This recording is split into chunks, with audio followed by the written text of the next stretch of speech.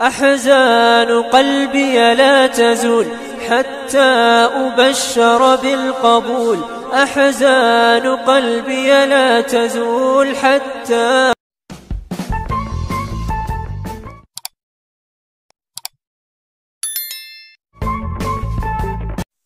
السلام عليكم ورحمة الله تعالى وبركاته. هذه سلامي ميل والبو أجوكتان. ويلكم باك again to Ashraf Academic Online.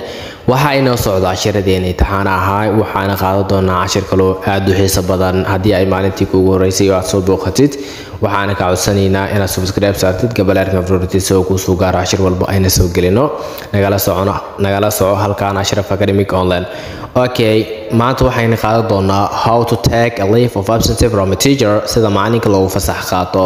How to take a leave of absence from teacher sida maalinka loogu fasax qaato. How to take a leave of absence from a teacher sida maalinka loogu fasax qaato ayayna qaadan doonaa maanta oo inaga soo codsaday ardayda kamid ah oo ku xiran Ashraf Academic Online. Okay, number 1 wuxuu leeyahay teacher macalin I need a vacation waxaan u baahanahay fasax. Number 1 I need waxaan u baahanahay vacation fasax. Teacher macalin I need waxaan u baahanahay vacation fasax. I need vacation waxaan u baahanahay fasax. Number 2 teacher macalin may I come in ma soo gali karaa. Teacher macalin may I come in ma soo gali karaa. Teacher may I come in ma soo gali karaa. Number 3 teacher macalin may I go outside ma aadi karaa banaanka oo ma u bixi karaa banaanka. Teacher macalin may I go outside dibadda uma bixi karaa oo banaanka ma aadi karaa. Teacher macalin may I go outside banaanka ma aadi karaa. Number 4 teacher macalin may I go to toilet ma aadi karaa musqusha. Teacher macalin may I go to toilet ma aadi karaa musqusha.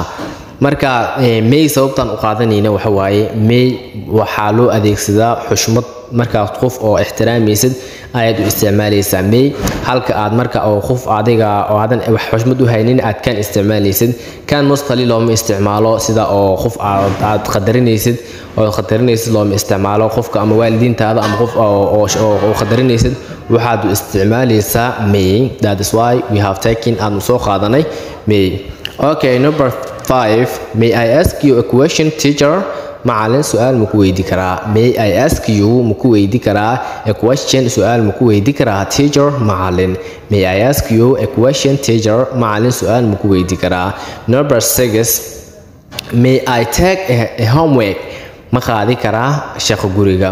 Homework waxaa la dhahaa layliga oo lagu soo diray oo guriga kaga soo shaqeey lagu dhaaya homework la dhahaa. May I take ma qaadi karaa homework shaqo guriga ma qaadi karaa.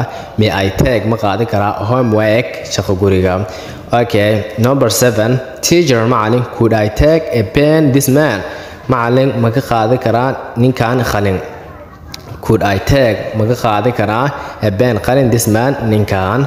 Teacher macalin could I take ma ka qaadi karaa a pen qalin this man ninkan. Number 8 teacher macalin I would like to go home waxaan jeclaan lahaa inaan aado guriga.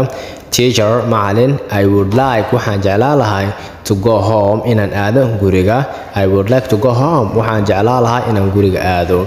Okay, number 9 please pass me fadlan isoo mar. Please fadlan pass me isoo mar.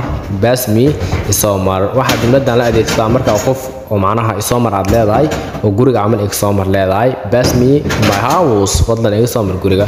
Okay, intaas ayaan idin soo talagalay. Assalaamu calaykum waraxmatullaahi wabarakaatuh. Intaan ku kulmayna cashir kale oo aad u xiiso badan.